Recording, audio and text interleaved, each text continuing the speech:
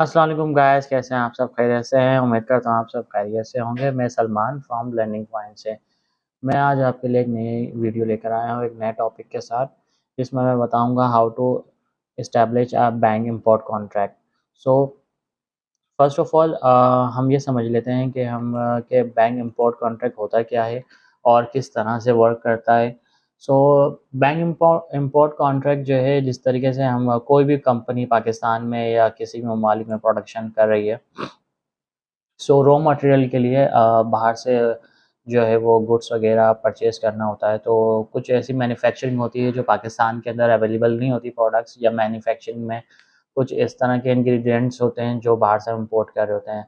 मैं आपको अगर एग्ज़ाम्पल दूँ फार्मास्यूटिकल्स की, तो फार्मास्यूटिकल जो रॉ मटेरियल है 90 टू 85% रॉ मटेरियल जो है इम्पोर्ट होता है चाइना से और यूरोप से और ज़्यादातर इंडिया से। इंडिया हमारा नेबर है और ज़्यादातर अच्छी जो कंपनीज़ हैं, जो एक मार्जिन है हमारे पास जो कॉस्ट का, वो हमें कम पड़ता है। तो उस हिसाब से जो है इंडिया से हम ज़्यादा करते हैं। तो मैं एक एग्ज़ाम्पल दे रहा था आपको इसी तरीके से। और अगर मैं आपको बात बताऊँ कि हम जैसे जिस जिस किस्म की जैसे कॉस्मेटिक्स हम इम्पोर्ट करते हैं, जो भी अशिया हम बाहर से मँगाते हैं वो टर्म से हम इम्पोर्ट कहते हैं। सो इम्पोर्ट होती क्या चीज़ है और किस तरीके से वर्क करती है, और इम्पोर्ट बैंक्स जो मेन प्रोसेस है, मीडियम ऑफ आपका एक्सचेंज जो है, मीडियम ऑफ चेन है, जिसमें मैं कहूँगा कि बैंक कॉन्ट्रैक्ट एस्टैब्लिश किस तरीके से होता है। बैंक के अंदर एस्टैब्लिश किस तरीके से होता है, मैं आपको ये बताऊँगा। और दूसरी चीज़ मैं आपको ये बताऊँगा कि जैसे मैंने अभी आपको बताया कि इम्पोर्ट कॉन्ट्रैक्ट क्या चीज़ होती है। अब बैंक इम्पोर्ट कॉन्ट्रैक्ट क्या होता है, मैं आपको इस वीडियो में ये बताऊँगा। और how to establish from the bank, और उसके डॉक्यूमेंट्स क्या नीडेड होते हैं, नेसेसरी डॉक्यूमेंट्स जिसकी बिहाफ़ पे हम बैंक कॉन्ट्रैक्ट इम्पोर्ट जो है वो ओपन करते हैं। What is form 5? फॉर्म 5 जो है स्पेशली फार्मा के लिए, कंपनीज़ के लिए यूज़ होता है, जो मैंडेटरी होती है। क्योंकि जितनी भी आज फार्मा से रिलेटेड लोग ये वीडियो देख रहे होंगे, उनको बिल्कुल पता है फॉर्म 5 क्या होता है। मैं वीडियो के एंड में इसके बारे में ज़रूर बताऊँगा। What is CPT? CPT terms क्या होती है, डीपी क्या होती है, और what is the role of indenter and what is the role of insurance company. ये सारी चीज़ें इस वीडियो में हम कवर करेंगे। सो मैं आपसे रिक्वेस्ट करूँगा कि आप वीडियो एंड तक देखें, ताकि आपको ज़्यादा से ज़्यादा नॉलेज मिल सके।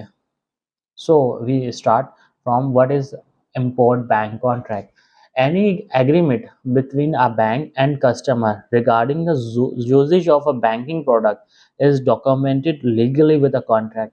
इसमें ये बताया गया है कि जो भी हम बैंक से ट्रांज़ैक्शन करते हैं, मीन्स कि हम बैंक से जो है इंश्योरेंस जैसे हमने लिया हुआ है या कोई भी फैसिलिटी ली हुई है बैंक से, होम लोन या क्रेडिट कार्ड या लोकर सर्विस, जिस किस्म की भी हम बैंक से कोई भी सर्विस ले रहे हैं, तो एक तरीके से हमारा बैंक से कॉन्ट्रैक्ट है।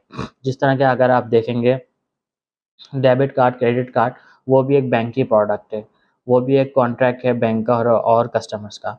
So now import bank contract क्या चीज़ है? Import bank contract is suitable when a company is buying good from abroad by way of import. इसमें आपको यही बात बताई गई जो मैंने आपको वीडियो के स्टार्ट में बताई, कि जो भी गुड्स हम बाय करते हैं अब्रॉड से, यानी कि इंडिया, चाइना, जो भी आउट ऑफ द कंट्री हम परचेज़ गुड्स के लिए एक रिक्वेस्ट करते हैं, तो उसको उस टर्म को हम इम्पोर्ट कहते हैं।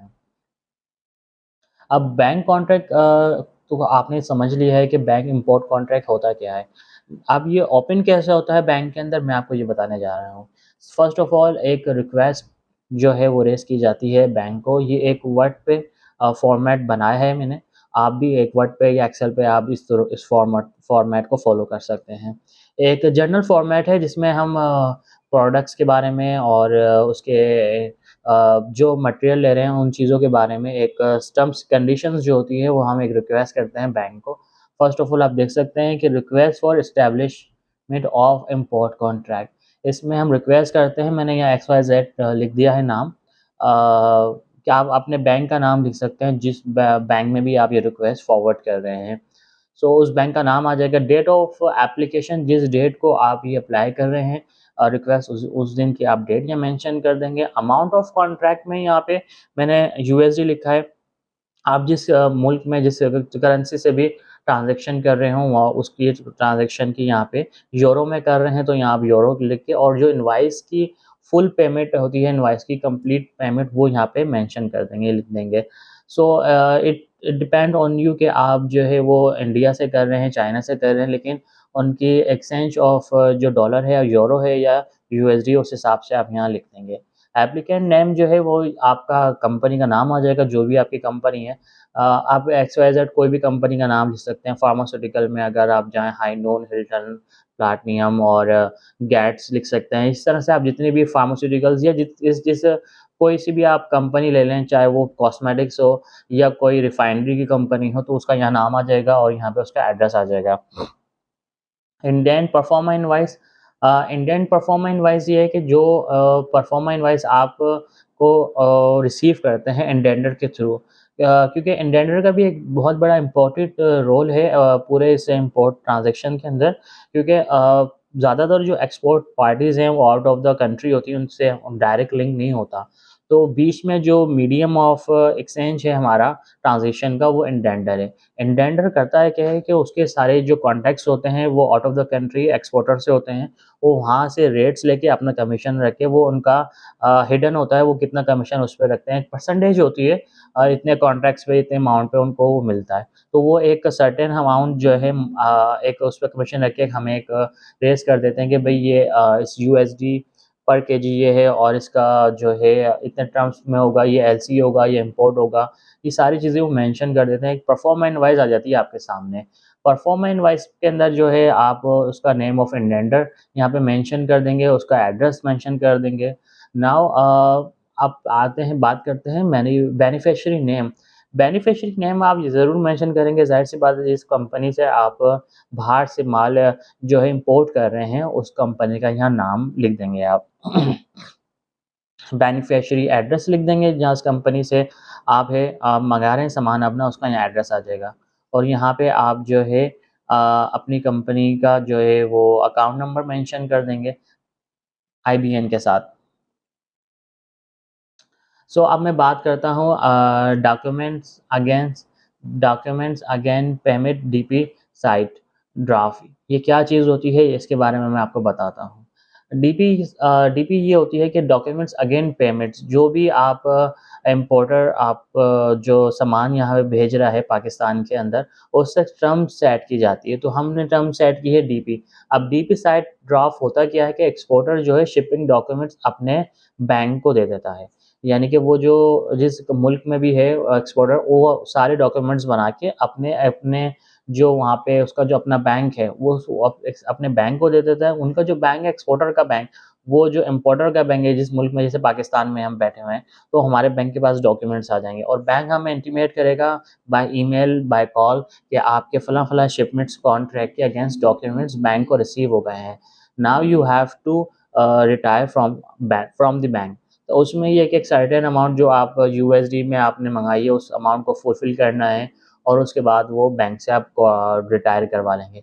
अब मैंने क्वेश्चन यहाँ पे ज़रूर लिखा है, if payment is refused by the importer, अगर रिफ्यूज़ कर दी जाए इम्पोर्टर, के इम्पोर्टर मना कर दे कि भई मैं तो पेमेंट नहीं कर रहा, तो बैंक इसमें क्या करेगा? Bank has no obligation to pay, क्योंकि टर्म्स कंडीशन इस तरह की सेट की गई हैं कि डीपी के अंदर यही है कि जितना भी डॉक्यूमेंट्स अगेंस्ट पेमेंट्स है, डॉक्यूमेंट्स जो आएँगे उसके अगेंस्ट पेमेंट करनी है। अगर मैं नहीं करता तो उसमें ऑब्लिगेशन ये है कि बैंक की कोई ऑब्लिगेशन नहीं है। फिर एक सर्टेन टाइम है, उसके बाद एक्सपोर्टर जो है अपना सामान वापसी मँगा लेगा। अब टर्म यूज़ की जाती है एक CPT, carriage paid to place. इसमें होता है ये है कि सीपीटी और कैरिज पेड टू में ये इंटरकम डेफिनेशंस है। जैसे यहाँ पे मैंने मेंशन भी की हुई है, जैसे आप देखेंगे, एक मैंने आपको अभी सीपीटी का बताया तो इंटरकम आप यहाँ सीपीटी कर देंगे, और दूसरी मेंशन जो है कैरिज पैड टू, ये यही चीज़ है कैरिज पैड टू। डीपी के बारे में मैंने आपको ओवरऑल वैसे ही बताया है। कैरिज पैड टू में ये होता है कि जो भी उसके ऊपर एक्सपेंस लग रहे हैं यहाँ पे बेचने तक, मीन्स के export, packaging, loading charges, delivery, port place, export duty, जितने भी कस्टम्स के चार्जेस हैं, जितने भी वो जो एक्सपोर्टर भेज रहा है सामान वो वहाँ पे करेगा। तो ये टर्म्स होती है सीपीटी के पे, जितने भी डॉक्यूमेंट्स के चार्जेज़ हैं, जितने भी फ्रेट चार्जेज़ हैं वो एक्सपोर्टर के वो वहाँ पे करेगा। जब माल जो है गुड्स जो है वो कराची डिलीवर हो जाता है, कराची पोर्ट पे आ जाता है यानी एयरपोर्ट पे, तो उसमें करते क्या हैं हम, जितने भी वहाँ पे डिलीवरी या डेस्टिनेशन चार्जेज़ हैं, दूसरे जो अनलोडिंग है और कस्टम क्लियरेंस, इम्पोर्ट ड्यूटीज़, फ्लां टैक्स, सेल टैक्स, जो भी हम यहाँ के पाकिस्तान के हिसाब से ड्यूटीज़ वगैरह कस्टम्स क्लियरेंस है वो हम पे करेंगे। और जो वहाँ के कस्टम क्लियरेंस हैं सब कुछ वो कैरिज बैक टू वो एक्सपोर्टर पे करेगा। यहाँ भी यही मेंशन चीज़ मैंने की है, जिसमें ये है कि इट इज़ वाक़ई में it's CPT can be a confusing terms yes because उसमें यही है कि आप दोनों बायर एंड सेलर्स का बिल्कुल डिफ़ाइन होता है कि इतने चार्जेज़ जो मेरे लगे हैं, मैंने पे करने हैं और जो पाकिस्तान में माल जब जाएगा, तो उसने पे करने हैं। After establish under a CPT agreement yes. अब मैं बात कर लेता हूँ कुछ इंडेंडर की। इंडेंडर क्या चीज़ होता है और इंश्योरेंस कंपनी का क्या रोल है इस पूरे मीडियम ऑफ एक्सचेंज के अंदर, एक जो कॉन्ट्रैक्ट एस्टैब्लिश हो रहा है, इसके अंदर क्या रोल है इन दोनों का? इन दोनों का रोल ये है कि कुछ कंपनीज़ जो हैं वो मैं आपको 2 एग्ज़ाम्पल्स दूँगा इसके अंदर। कुछ कंपनीज़ जो हैं वो डायरेक्ट एक्सपोर्ट कर रही होती हैं एजेंट के थ्रू। उनका एक वहाँ एजेंट होता है, चाहे वो पाकिस्तान मुल्क में, इंडिया में, चाइना में। कुछ लोग कंपनीज़ जो बड़ी, जिनका वॉल्यूम ऑफ बिज़नेस बहुत ज़्यादा है, तो वो ज़्यादातर खुद भी कर रही होती हैं। लेकिन ज़्यादातर मैंने ये देखा है कि 70 टू 80% कंपनीज़ थ्रू इंडेंडर काम कर रही होती हैं। उसमें रिस्क फैक्टर बहुत कम हो जाता है कंपनी का। जो कोई भी कंपनी जो है इम्पोर्ट कॉन्ट्रैक्ट पे जाती है या एलसी की तरफ जाती है, मीन्स के दैट कि जो भी कंपनी बाहर से माल मँगा रही है, उसके लिए किस तरह से मँगाए, उसका सोर्स क्या है, तो वो इंडेंडर आपको ये फैसिलिटी प्रोवाइड करते हैं कि वो आपको वो इंडेंडर्स जो आपको सोर्स ऑफ मटेरियल चाहिए होता है, वो मटेरियल अरेंज करके देते हैं पार्टीज़ के पास कि इन पार्टी के पास फलाँ-फलाँ पार्टी के पास ये माल है, ये इतने में रेट में आपको देंगे। सारी चीज़ें एक अरेंज करके देता है सप्लायर मेन, और वो एक सप्लायर नहीं 3 से 4 सप्लायर अरेंज कर देता है कि आपकी बिड जो है, ताकि आपकी बिड मैच कर सके, आप किस बिड के ऊपर जो है वो प्रोडक्ट की जो मटेरियल है परचेज़ करेंगे बाहर से। सो इसके अंदर मेन रोल इंडेंडर का भी है। सेकंड ये है कि इंश्योरेंस कंपनी का ये है कि जो भी आप मटेरियल मँगा रहे हैं बाहर से, सो उसमें ये होता है कि आप जो है उसका इंश्योरेंस ज़रूर करते हैं। ये ज़ाहिर-सी बात है, इतनी दूर से माल आ रहा है और उसका इंश्योरेंस ना हो तो विदाउट इंश्योरेंस एक्सपोर्टर आपको माल नहीं देगा। तो हम ईएफयू है और जुबली लाइफ इंश्योरेंस, जितने भी इस तरह के इंश्योरेंस कंपनीज़ हैं, वहाँ से हम एक मरीन नोट कवर ले लेते हैं अगेंस्ट आवर शिपमेंट इंश्योरेंस। उसमें होता ये है कि जैसे हमने उसमें जो है हमने इंश्योरेंस कंपनी को ईमेल लिखनी होती है कि बैंक का नाम आपका हो गया, जिस बैंक में आपका अकाउंट है, जहाँ से डॉक्यूमेंट रेज़ होंगे, क्योंकि आपका जो बैंक एक्नॉलेजमेंट जो एक पेपर है, जो बैंक से आपको मिलेगा, उसके अंदर सारी चीज़ें लिखी हुई होती हैं, जिसमें आपका एचएस कोड लिखा होता है। एचएस कोड के बारे में मैं बताता चलूँ आपको कि एचएस कोड जो है आपका जो आप प्रोडक्ट्स मँगा रहे हैं, हर जैसे एक वो कह सकते हैं आप, एक टर्मिनोलॉजी है, जिसमें ये मेंशन है कि हर प्रोडक्ट का एक एचएस कोड है, और उस एचएस कोड से ही ट्रैक किया जाता है कि ये आइटम बैन है या नहीं। क्योंकि आप देखते होंगे न्यूज़ वगैरह में कि ये फलाँ-फलाँ आइटम जो है बैन हो गया कॉस्मेटिक्स में या किसी चीज़ के अंदर। तो उसमें होता है कि हम कैटेगरी देखते हैं वो किस एचएस कोड में फ़ॉल कर रही है। तो ये बात बहुत देखी जाती है कि भई एचएस कोड जो है वो उस प्रोडक्ट का कहीं बैन तो नहीं है, आप ये देख सकते हैं। दूसरी चीज़ मैं आपको बताता चलूँ कि एक चीज़ और इसमें मैंने देखी थी, ट्रांसशिपमेंट। ट्रांसशिपमेंट क्या चीज़ है ये? ट्रांसशिपमेंट ये है कि कोई भी एक्सपोर्टर पाकिस्तान जब माल बेचता है, कोई भी एक्सपोर्टर जब माल बेचता है पाकिस्तान के अंदर, तो वो किस तरह से बेचता है? उसमें ये तरीका है कि अगर आप एक्सपोर्टर जो है डायरेक्ट माल भेज दे पाकिस्तान में, तो उसको क्या नाम है, डायरेक्ट अगर माल भेज देता है आपको, तो उसके ज़्यादा चार्जेज़ होते हैं। और अगर वाया दुबई या कतर इस तरीके से डेस्टिनेशन घूमते-घुमाते मैं आपको वर्ड यूज़ करूँगा, आती है शिपमेंट, डायरेक्ट नहीं आती, तो उसके चीपर रेट होते हैं। कंपैरेटिवली लॉन्गर ड्यूरेशन होती है, ज़ाहिर-सी बात है उसमें 4 से 5 दिन ज़्यादा टाइम लग जाता है। बट ये होता है कि ओरिजिनल पोर्ट से जब निकलता है तो वो इंटरमीडिएट पोर्ट जाता है, उसके बाद डेस्टिनेशन पोर्ट के ऊपर वो मटेरियल आता है।